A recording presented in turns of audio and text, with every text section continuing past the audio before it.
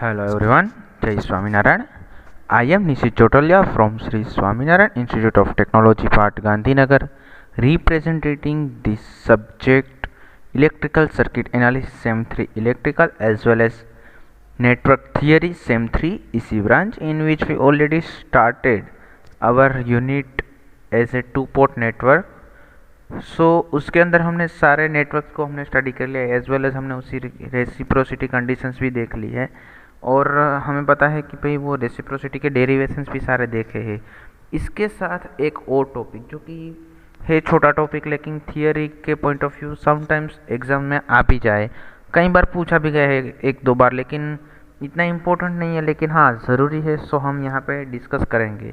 सो वो टॉपिक जो कि inter relationship between the parameters. तो उसके अंदर यहाँ पे वैसे तो आपको पता है कि हमने टोटल 4 जो कि हमारे मेन जो 4 पैरामीटर्स है जैसे कि Z, Y, H and T, लेकिन उसमें से हमने चारों को जो स्टडी कर लिया उसके हिसाब से inter relationship between the parameters, मतलब कि Z parameter in terms of Y parameter या फिर Y पैरामीटर को Z के टर्म्स में, H पैरामीटर को Z के टर्म्स में या फिर T पैरामीटर को Z पैरामीटर के टर्म्स में रिप्रेजेंट करो। जैसे कोई भी आपको पूछ सकते हैं कि एक दूसरे का कोई भी इंटर रिलेशनशिप आ सकता है, बट जो आईएमपी है या फिर इम्पोर्टेंट है वो नॉर्मली जेड पैरामीटर की रिलेशनशिप बिटवीन अदर पैरामीटर्स जो ज़्यादा इंपॉर्टेंट है क्योंकि वही अभी तक पूछी गई है। तो यहाँ पे मैंने उसी टॉपिक को कवर किया है। बाकी के टॉपिक्स आपको हमारी नोट्स में भी मिल जाएंगे और आपको कोई स्टैंडर्ड रेफरेंस बुक में भी मिल जाएंगे, बट उसके लिए मैं इतना ज़्यादा इंसिस्ट नहीं करूँगा जितना कि मैं जेड पैरामीटर के अदर पैरामीटर्स के साथ रिलेशनशिप को मैं यहाँ पे जो फोकस करना बताऊँगा। तो सबसे पहले जो कि Z parameter in terms of other parameters, तो उसके अंदर आपको क्या दिया हुआ है या फिर कोई भी पैरामीटर के लिए आपको क्या याद रखना है। तो सबसे पहले जो पैरामीटर दिया हुआ है उससे आप स्टडी में लो, मतलब कि आपको यहाँ पे क्या दिया है, जेड पैरामीटर। क्लियर। तो जेड पैरामीटर और उसका इंटर रिलेशनशिप कौन कौन से पैरामीटर में चाहिए। मान लो कि अभी फर्स्ट जो कि यहाँ पे मैंने तीनों को डिस्कशन किया है कि ए जो कि है यहाँ पे वाई पैरामीटर के अंदर यहाँ पे जेड पैरामीटर को representation, then after Z parameter representation for the T and H parameter. सबके लिए मैंने केस स्टडी यहाँ पे रखा है तो आपका काम थोड़ा इजी हो जाए इसलिए। तो यहाँ पे अगर हम Y parameter in terms of Z parameter in terms of the Y parameter, मतलब कि जेड को वाई के फॉर्म में रिप्रेजेंट करना है, तो आपके पास क्या है और आपको क्या चाहिए। मतलब कि जेड का इक्वेशन आपको स्टैंडर्ड है जो कि यहाँ इक्वेशन ए बी है, उसे आप डिनोट करोगे और उससे याद रखोगे, वो तो हमें बाय डिफ़ॉल्ट याद ही है। अब बात आती है कौन से पैरामीटर्स, तो in terms of the Y parameter आपको बोला है, तो आपको वाई पैरामीटर के इक्वेशन आने ज़रूरी है जो कि वो भी हमें पता है। तो वो दोनों इक्वेशन को आपने लिख लिया। अब इसे आप कन्वर्ट किस में करोगे, इस फॉर्म में। वाई बिकॉज हमारे पास जेड का जो पैरामीटर है वो कैसे दिया हुआ है कि भाई V1 V2 के टर्म्स में, तो हम इसे भी V1 V2 में ले जाने की ट्राई करेंगे। तो V1 कैसे फाइंड करेंगे, जो कि क्रेमर्स रूल, जो कि सॉल्यूशन टेक्निक फॉर 2 अननोन्स और 2 वेरिएबल। तो उस लेक्चर को आप याद करोगे तो यहाँ पे वो क्रेमर रूल वही फंडामेंटल यहाँ पे अप्लाई होता है जो कि V1 is equal to I1 I2 और Y1 2 एंड Y2 2 यहाँ पे डेल Y। क्लियर। ओके। तो उसके ऊपर से V1 का कुछ इक्वेशन मिलेगा एज वेल एज V2 को भी आप ऐसे सब्जेक्ट बना सकते हो क्योंकि 2 अननोन्स, एक V1 एक V2, तो दोनों को आप जो कि आपका डेल्टा 1 बाई डेल्टा का इक्वेशन है वही इक्वेशन हम यहाँ पे यूज़ कर रहे हैं क्रेमर्स रूल का। तो डेल्टा 1 क्या है जो कि हमें पता है, यहाँ पे डेल्टा 1 बना था I1 Y12 I2 Y22 as well as delta 2 बनता है Y11 I1 Y21 I2 upon delta, जो कि डेल्टा तो दोनों केसेस में सेम ही है, जिसे हमने इक्वेशन 3 एंड 4 कहा है। क्लियर।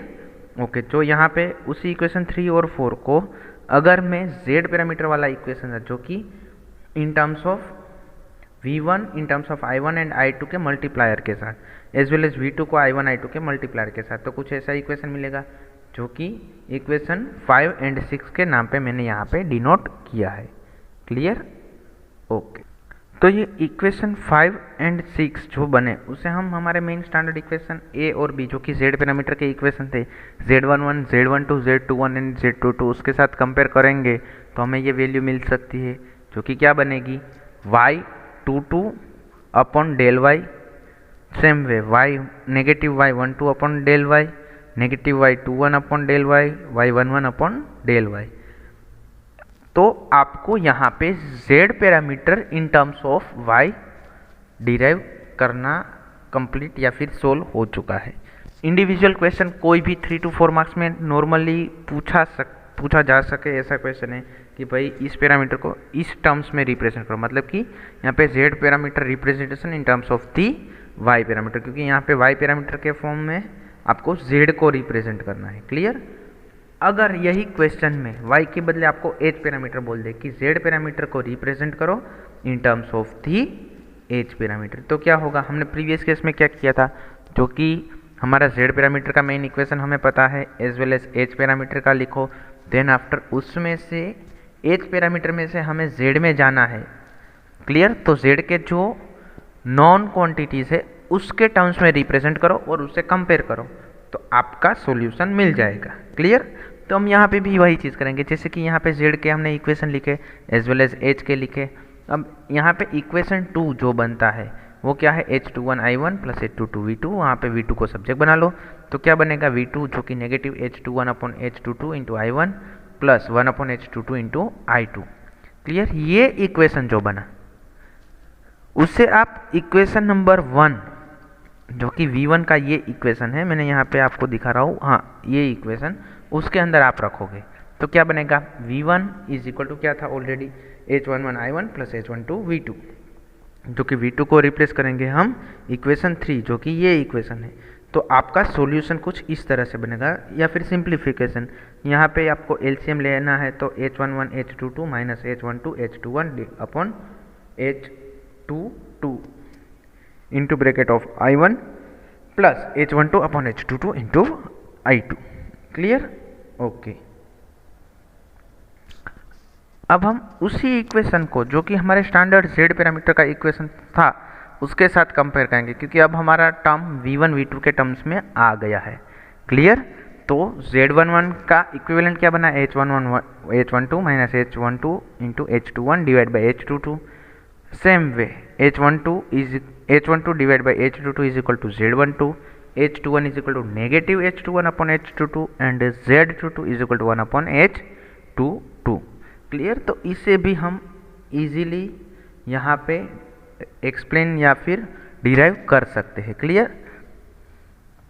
अगर फिर भी यहाँ पे आपको कोई डाउट है तो आप यहाँ पे देख सकते हैं कि भाई देखो हमने क्या किया कि आपकी V1 V2 वाली टर्म थी उसी को हमने सिंप्लीफाई करके जस्टिफाई किया है, क्योंकि हमें अल्टीमेटली इस टर्म में ले जाना है V1, मतलब कि V1 is equal to in terms of I1 I2 जो कि हमारा Z11 एंड Z12 मिलेगा। क्लियर? और यहाँ पे I2 वाली टर्म को हमने V2 के टर्म में रिप्रेजेंट कर दिया, तो वो बनेगा आपका दूसरा इक्वेशन जो आपका Z21 एंड Z22 देगा। क्लियर? ओके। नेक्स्ट पार्ट बनता है जो कि है Z parameter representation in terms of the transmission parameter और T पैरामीटर और ABCD पैरामीटर। क्लियर? तो वहाँ पर भी हमने क्या किया है कि भाई हमारे जो स्टैंडर्ड पैरामीटर है उसके इक्वेशन को आप डिनोट करो आपके पास जो ऑलरेडी है, और आपको किस में जाना है, V1 V2 वाली टर्म्स में। क्लियर? ओके।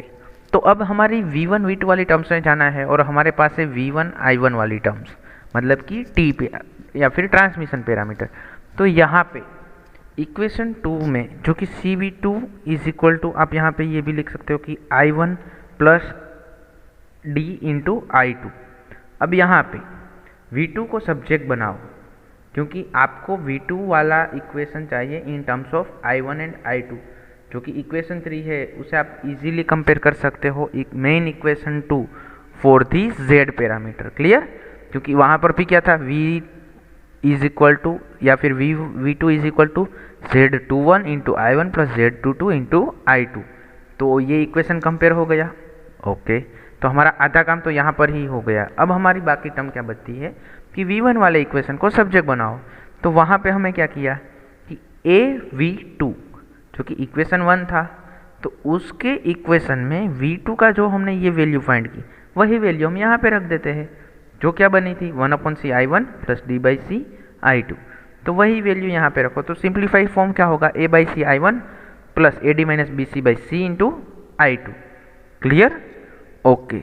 और ये इक्वेशन इसके जैसा आपको याद अगर आ रहा है तो आपको पता चल जाएगा कि V1 is equal to Z11 I1 plus Z12 I2। तो यहाँ पे Z11 Z12 भी मिल गए हैं, यहाँ पे Z21 थे और ये Z22। क्लियर। तो इन दोनों को आप कंपेयर करने के बाद आपका इक्वेशन लिख सकते हो जो कि Z के टर्म में होगा। क्लियर। तो इसी हिसाब से जो मैंने अभी आपको बताया यहाँ, उससे मैंने सेपरेट फॉर्म में लिखा है कि Z11 क्या बनता है, Z12 Z21 एंड Z22, और उसे आप मैट्रिक्स फॉर्म में रिप्रेजेंट करो। तो ये इक्वेशन कुछ ऐसे बनेगा Z पैरामीटर का in terms of T parameter that should be A by C, AD minus BC by C, A1 by C and D by C. Clear. तो ये हुआ representation of the Z parameter in terms of the transmission parameters. Clear. Same way यही equations के हिसाब से अगर मैं आपको नेक्स्ट जो भी वर्क है या फिर आपको सेल्फ असाइनमेंट के तौर पे मैं आपको बताना चाहूँगा कि Y parameter in terms of Z parameter, T parameter and H parameter के लिए भी आप खुद के हिसाब से ट्राई करो सोल्व करने की या फिर डिराइव करने की, ताकि आपको भी पता चले कि आप कहाँ पे गलती कर सकते हो या फिर आपको कहाँ पे ध्यान रखना है। यहाँ पे अगर आपको नहीं आ रहा है तो मैं यहाँ पे आपके साथ अवेलेबल ही हूँ, आप मुझे कभी भी पूछ सकते हैं, क्योंकि मेरे पास ऑलरेडी ये सोल्व किया हुआ भी है और आपको सारी रेफरेंस बुक्स टेक्स्ट बुक्स में भी दिया हुआ है। बट बिफोर दैट मैं आपको ये सजेस्ट करना चाहूँगा कि आप अपने हिसाब से थोड़ा इम्प्लीमेंटेशन करें या फिर खुद का थोड़ा इन्वॉल्वमेंट करेंगे कैलकुलेशन में, थोड़ा आपका काम ईजी भी हो जाएगा और आपको यहाँ पे कोई रट्टा मारने की ज़रूरत नहीं पड़ेगी, क्योंकि ये एक लॉजिकल या फिर मैथमेटिकल सब्जेक्ट है। तो आपका जितना यहाँ पे लॉजिक या फिर आपका कैलकुलेशन स्ट्रॉन्ग होगी, आपका दिमाग जितना शार्प रहेगा या फिर कैलकुलेशन पॉइंट ऑफ व्यू आप शार्प रहोगे, उतना आपके लिए इजी काम हो जाएगा। तो मैं आपको Y parameter representation in terms of the Z parameter, T parameter and H parameter का जो वर्क है वो आपको मैं एज ए असाइनमेंट के तौर पे आपको दे रहा हूँ, ठीक है, जो कि आप अपने हिसाब से सोल्व करें। अगर नहीं आ रहा है तो मैं आपके साथ अवेलेबल हूँ ही। So don't hesitate to ask me for these queries. Clear. So शायद अभी तक हमने जो Z पैरामीटर के जो कन्वर्सेशंस देखे कि भाई Z parameter in terms of the H, T and Y parameter, तो इस हिसाब से आप Y पैरामीटर का भी रिप्रेजेंटेशन का देख लेना, ठीक है। ओके। एंड इसी के साथ ही मैं आपको एक और चीज़ बताना चाहूँगा कि अभी तक हमने क्या क्या डिस्कस किया कि Z parameter, Y, H and T parameters की न्यूमेरिकल्स देखे, प्लस उसकी थियरी या फिर डेरिवेशंस देखे। सेम वे हमने रेसिप्रोसिटी देखी। वहाँ पे एक टॉपिक मैंने जो कि आपको ऐसा लगेगा कि सर ने स्किप कर दिया या फिर नहीं पढ़ाया, तो ऐसा नहीं है। वहाँ पे जो सिमेट्रिसिटी की बात है, तो network is said to be symmetrical, तो उसकी कंडीशन में आपको अपने हिसाब से सोल्व करेंगे तो भी आपको डायरेक्टली दिख जाएगा कि इसमें आपको क्या ध्यान रखने की चीज़ है। प्लस उसके डेरिवेशन में कुछ इतनी हार्ड चीज़ नहीं है कि जो आप खुद के हिसाब से सोल्व ना कर सको, क्योंकि ऑलरेडी उस टाइप के न्यूमेरिकल्स हमने देखे तो वहाँ पे भी वही फंडामेंटल हमने ऑलरेडी यूज़ कर लिए हैं। क्लियर। तो सिमेट्रिसिटी की कंडीशंस है वो आप सिर्फ एज ए रेफरेंस के लिए याद रखने के लिए आप देख लेना, क्योंकि उसमें आपको और कोई डेरिवेशन कभी पूछा भी नहीं है टिल टुडे। सो इसलिए मैंने हमारे ये वीडियो लेक्चर की सीरीज़ में नहीं रखा है, लेकिन आपकी नोट्स है उसमें आपको मैंने दिया हुआ है, तो आप उसमें भी देख सकते हैं, ठीक है। और बाकी एक जो टॉपिक बचता था जो कि रिगार्डिंग था कि भाई inter relationship between the other parameters, तो उसके अंदर मैंने Z पैरामीटर का करवाया, आप Y पैरामीटर का भी उस हिसाब से कर सकते हो, जो कि मैंने आज का असाइनमेंट वर्क दिया है। एज वेल एज बाकी के जो पैरामीटर्स है उसका अभी तक पूछा भी नहीं है, और वो सिर्फ एक नॉलेज पॉइंट ऑफ व्यू है, क्योंकि वो काफ़ी एक कॉम्प्लेक्स चीज़ हो जाती है जो कि आपके लिए लेवल के हिसाब से थोड़ा ज़्यादा हो जाएगा। सो दैट मैं यहाँ पे वो चीज़ डिस्कस नहीं करवा रहा हूँ।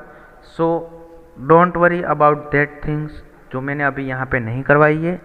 Still if you have any queries regarding this unit as a 2 port network, आप मुझे पूछ सकते हैं। इसी के साथ ही हम हमारा ये सेशन जो कि यूनिट 2 का है कि भाई 2 पोर्ट नेटवर्क, वो हम यहाँ पे कंप्लीट करते हैं। अगर आपको इसमें भी कोई क्वेरी है तो मुझे पूछ सकते हैं, और इसके रिगार्डिंग भी आप या फिर प्रीवियस चैप्टर जो कि नेटवर्क थियरम्स वो हमने कंप्लीट किया है, और इसी वाले के लिए हम देखें तो काफ़ी चैप्टर्स आपके कंप्लीट हो चुके हैं। तो उस हिसाब से भी आपको कोई क्वेरी है तो आप मुझे पूछ सकते हैं। Till then have a nice day. Thank you. जय हिंद, जय भारत, जय स्वामीनारायण।